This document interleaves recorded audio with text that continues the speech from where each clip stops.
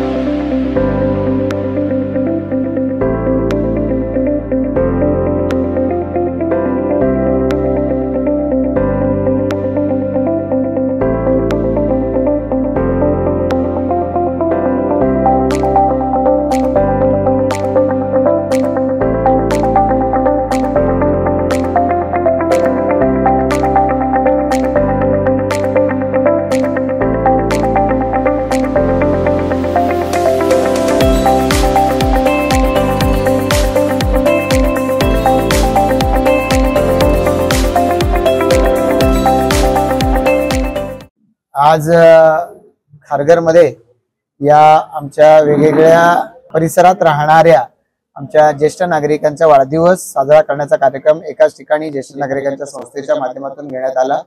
मी त्याबद्दल त्यांचं मनापासून अभिनंदन करतो।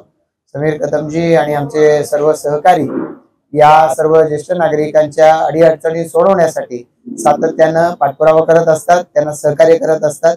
या सगळ्या मंडळींना शुभेच्छा देत असताना त्यांचा आयुष्यामधला वेगवेगळ्या पद्धतीचा अनुभव हा समाजाला खूप उपयुक्त आहे।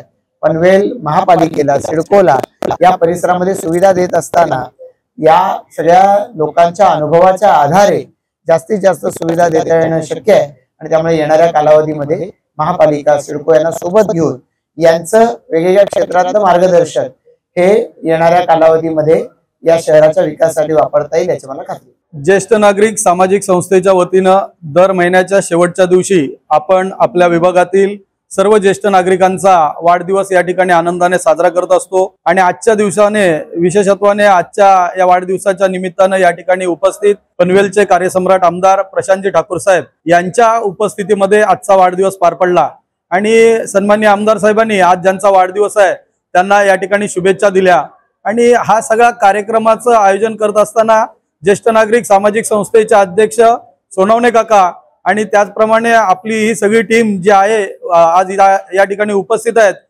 उपाध्यक्ष विश्वनाथ इंडीजे असतील, कार्याध्यक्ष महेंद्र आनंद जे असतील, त्याचप्रमाणे आमचे रामचंद्र पाटील जे असतील आणि आपले सर्व सहकारी या ठिकाणी दर महिन्याच्या शेवटच्या दिवशी खूप मेहनतीनं या वाढदिवस कशा पद्धतीनं चांगला पार पडेल याच्यासाठीचा प्रयत्न करत असतात। आपल्या पैकी सगळ्यांचाच वाढदिवस आनंदाने साजरा व्हावा।